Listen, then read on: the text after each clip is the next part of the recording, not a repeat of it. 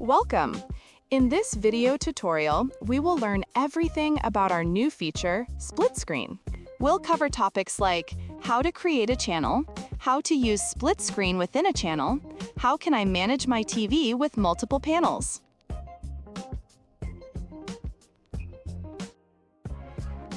On the Channels page, you can search for channels, add a new channel, or update an existing channel. You can use the button here to access ready-made layouts for multiple panel structures. Here, we continue by selecting two equal panels. You can easily see the panel positions by placing your cursor in the panel selection area. Let's add our content to our panels using the drag and drop method.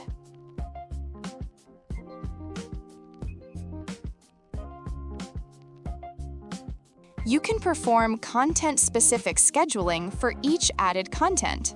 You can easily set the days you want the content to be displayed and at what times during these days.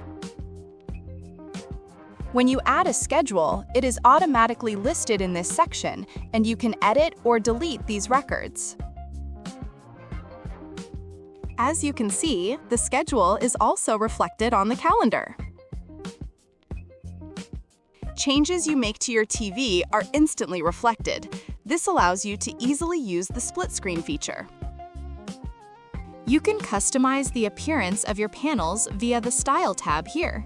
You can leave space around the outer edges of your panels, set border width, bend borders, set border color, or reset all your style settings.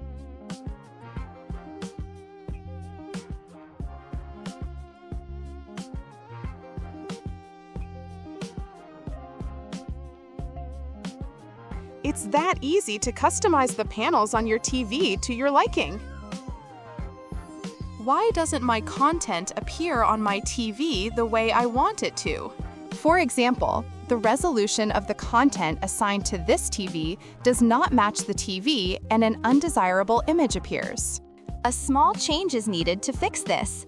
Just change the content alignment value in the Style tab.